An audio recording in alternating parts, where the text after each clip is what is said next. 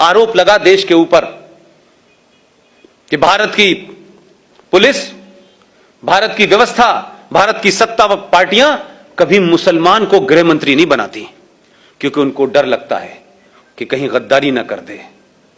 हमने कहा कि शायद ऐसा होता होगा, शायद यही वजह है 1989 में वीपी सिंह की सरकार में भारत का पहला मुसलमान गृह मंत्री बना 8 दिसंबर 1989 को, 89 को। उस आदमी का नाम था मुफ्ती मोहम्मद सईद। 8 दिसंबर को बनता है और 8 दिसंबर को और 19 जनवरी के बीच में भी महीना भी पूरा नहीं हुआ था, और 19 जनवरी को पूरे कश्मीर के अंदर से 5.5 लाख कश्मीरी हिंदू पंडितों को मार के, रेप करके, बच्चों को उछाल उछाल के मारा है। टीपालाल टकरू उनके सबसे बड़े इंटेलेक्चुअल थे, बहुत बड़े थे। उनका जब सड़क पे मर्डर किया गया तो मोटरसाइकिल घुमा रहे थे उसके पीछे चारों तरफ, और कह रहे थे कि किसी ने इस काफिर को पानी दिया तो उसको भी हम नहीं छोड़ेंगे। न मुफ्ती की बेटी रोई, न अब्दुल्ला रोया, न कश्मीरियत कहीं आई, और चुपचाप खत्म हो गया। आज इसके बारे में कहीं बात नहीं होती। और उसी दौर में यह कोई कोइंसिडेंस नहीं है, क्योंकि मैं उसी थॉट से सोचता हूं जिस थॉट में रहा हूं। आप उस थॉट से सोचते हैं क्योंकि आप सब समाज के लोग हैं, आपने वैसा नहीं देखा। उसी दरमियान भारत के गृह मंत्री की बेटी का अपहरण हो गया। कोई जरा पूछ के वहां जाए, बाहर के विदेशी पत्रकारों की रिपोर्टिंग पढ़ ले भाई, हिंदुस्तानियों पे तो यकीन नहीं है। खुद ही कराया। उसका कमिटमेंट देखिए अपने आतंकवाद के प्रति, अपने धर्म के प्रति, अपने एजेंडे के प्रति। देश के गृह मंत्री ने अपनी बेटी का अपहरण कराया, वो तो घर में थी। उसके बदले में आपने 4 आतंकवादी छोड़ दिए, बेटी बेड के नीचे से बाहर आ गई। ये कोई छुपी हुई बात नहीं है भाई। उसी दरमियान में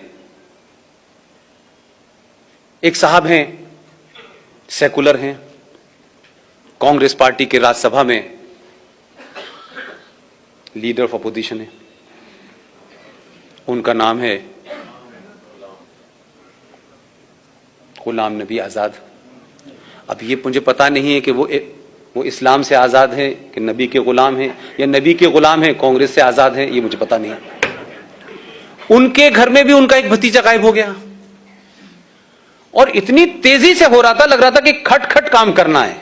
और क्या डिवाइस निकाली उन्होंने कि उनका भतीजा गायब हुआ, 27 आतंकवादी छोड़ दिए, शाम को भतीजा घर आ गया।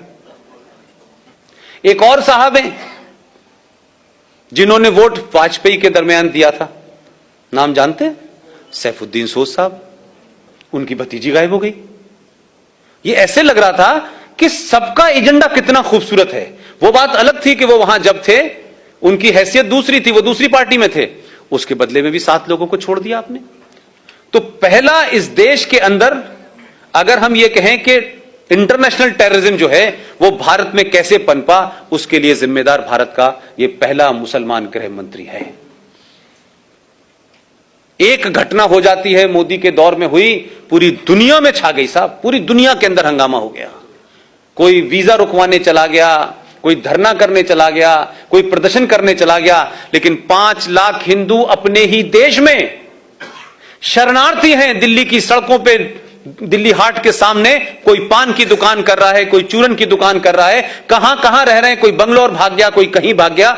लेकिन इस देश में कोई बड़ा जुलूस, कोई बड़ा प्रदर्शन, कभी संसद इसके लिए नहीं रही। इसलिए मैं जुडिशरी की भी तरफ आता हूं।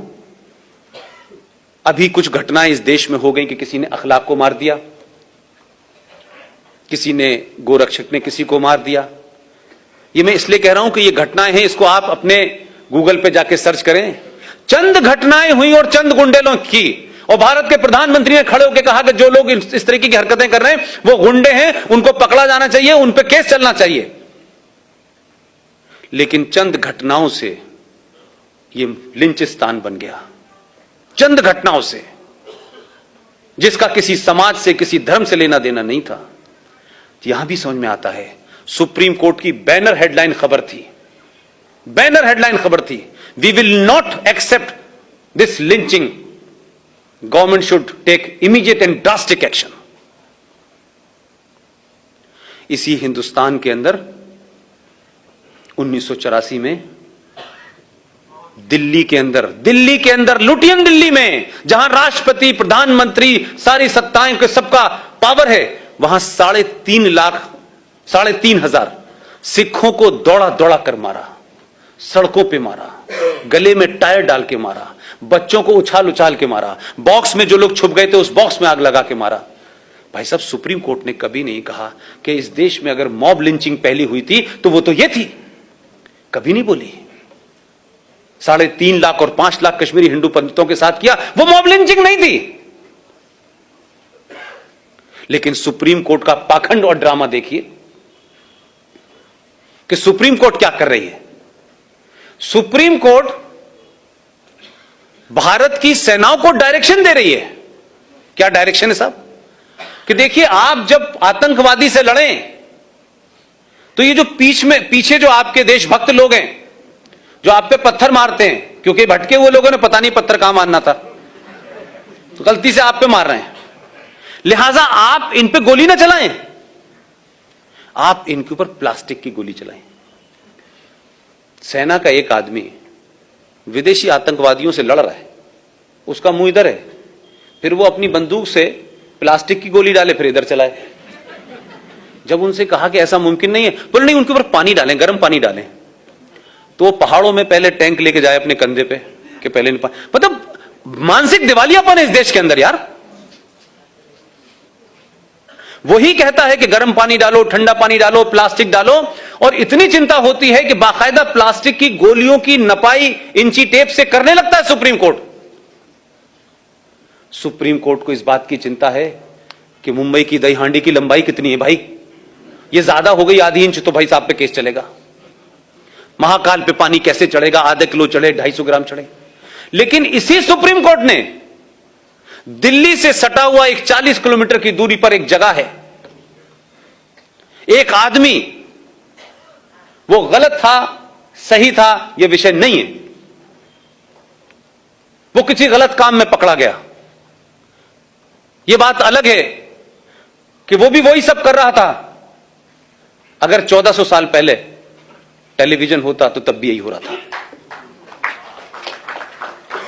तो सुप्रीम कोर्ट ने हुआ क्या कि जब आपने कहा कि राम रहीम का ये जो पूरा इसका वो बना हुआ है, इसको ध्वस्त करना है और यहां बड़ी गंदगी हो रही है, बड़ी मारकाट हो रही है, तो सुप्रीम कोर्ट की बात सुनने से पहले आप ये देखिए कि मात्र दिल्ली से 40 किलोमीटर जो एनसीआर का इलाका है जहां सत्ता चलती है, आपने उन लोग जो उस राम रहीम के चाहने वाले थे, राम रहीम गलत था सही था यह विषय नहीं है मेरा, लेकिन राम रहीम के चाहने वालों ने पुलिस को उसकी जो बना हुआ था उसका बड़ा सा आश्रम, उसमें जाने से रोका। ना तो उनके हाथ में डंडा था, ना AK-47 थी, ना वो किसी को मार सकते थे, रोकने का अधिकार था, एक डेमोक्रेसी में रोक रहे थे, वो आपको पूरा अधिकार था। ना इस देश में उन पे लाठीचार्ज हुआ, ना उनके ऊपर कैनन से पानी डाला गया। डीसीपी ने ऑर्डर दिया, पॉइंट ब्लैंक गोली चली और 34 लोग मर गए। सुप्रीम कोर्ट ने नहीं कहा कि आपको गर्म पानी डालना चाहिए था, आपको पानी नहीं डाला आपने तो आपको केन चलानी चाहिए। सुप्रीम कोर्ट ने कहा ही नहीं कुछ। वो तो भारत की सत्ता के खिलाफ नहीं लड़ रहे थे ना भाई, वो तो हथियार भी नहीं उठाए थे। ये पाखंड है आपके सुप्रीम कोर्ट का। आप उनसे उम्मीद कर रहे हैं कि वो डेट देंगे कि 6 तारीख को अयोध्या की सुनवाई होगी, फिर 6 तारीख को जज आएंगे, फिर जज के पेट में दर्द हो जाएगा, फिर जज चला जाएगा। इसलिए सुप्रीम कोर्ट नहीं, दुनिया की हर ताकत आपको टेक इट फॉर ग्रांटेड लेगी, क्योंकि आप सामूहिक तौर पे के ऊपर अपना गुस्सा नहीं निकालते हैं, आप बोलते नहीं हैं। मैंने इसीलिए कहा कि इस देश की मुख्यमंत्री कह सकती है ये बात। मुझे और आपको किसने रोका है? कंटेम्प्ट ऑफ कोर्ट होगा, ठीक है, कंटेम्प्ट ऑफ कोर्ट होगा, करें। 5, 10, 20, 50 लाख लोगों पे करेंगे, करिए। हम डरते क्यों है भाई? अब इस देश में भी हम डरेंगे भाई? महबूबा मुफ्ती को क्यों नहीं डर लगता और क्यों आपको डर लगता है? उस पर कंटेम्प्ट ऑफ कोर्ट क्यों नहीं होता कि वो सुप्रीम कोर्ट को कहती है कि हम तिरंगा नहीं उठाने देंगे अगर इससे आपने छेड़छाड़ की गई? वो केस सुप्रीम कोर्ट में चल रहा था भाई, हम बोलते नहीं है। तो सुप्रीम कोर्ट अजीबोगरीब फैसले देती रहती है। इसलिए इस सुप्रीम कोर्ट भी ये जानती है कि ये समाज जो है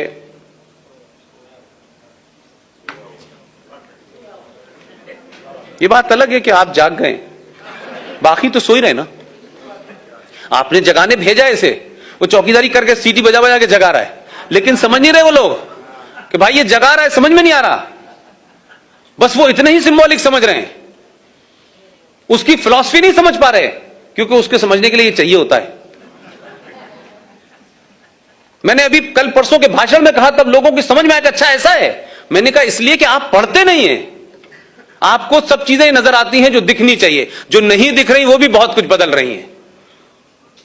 इसलिए भारत 1947 में पैदा नहीं हुआ था। भारत की पहचान ताजमहल और लाल किला और कुतुब मीनार नहीं है। भारत की पहचान 5000 साल पुरानी है। आपको एहसास ही नहीं है कि आप किनके वंशज हैं। आपके अंदर का पुरुषार्थ समाप्त हो चुका है। आपका आदमी एक कहानी सुना करके पहले मन की बात में लोगों को बताने की कोशिश करता है कि भैया ऐसे समझाओ। मैं प्रधानमंत्री की कुर्सी पर बैठने के बाद इतने ही कह सकता हूं, किसी की समझ में नहीं आ रहा। लोगों ने उसको कहानी सुना जैसे कोई दादी और नानी ने सुना दी हो। 3 बार जब मैंने लोगों से कहा अच्छा साहब ये मतलब था, मैंने कहा भाई साहब ट्यूबलाइट है क्या आप? पहले मन की बात और पहली पार्लियामेंट की स्पीच को सिर्फ पर्पस से सुनिए। अगर ऐसी सोच के लोग 10-20 भी हो जाएंगे, आपका काम हो जाएगा। लेकिन मेरा कहना है कि समाज क्यों नहीं उस तरफ बढ़ रहा?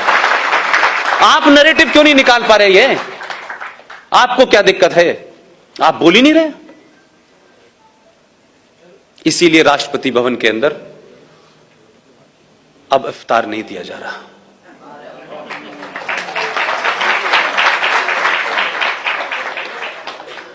इसीलिए राष्ट्रपति भवन में आने वाले विदेशी मेहमानों को भोज के बाद ताजमहल की जो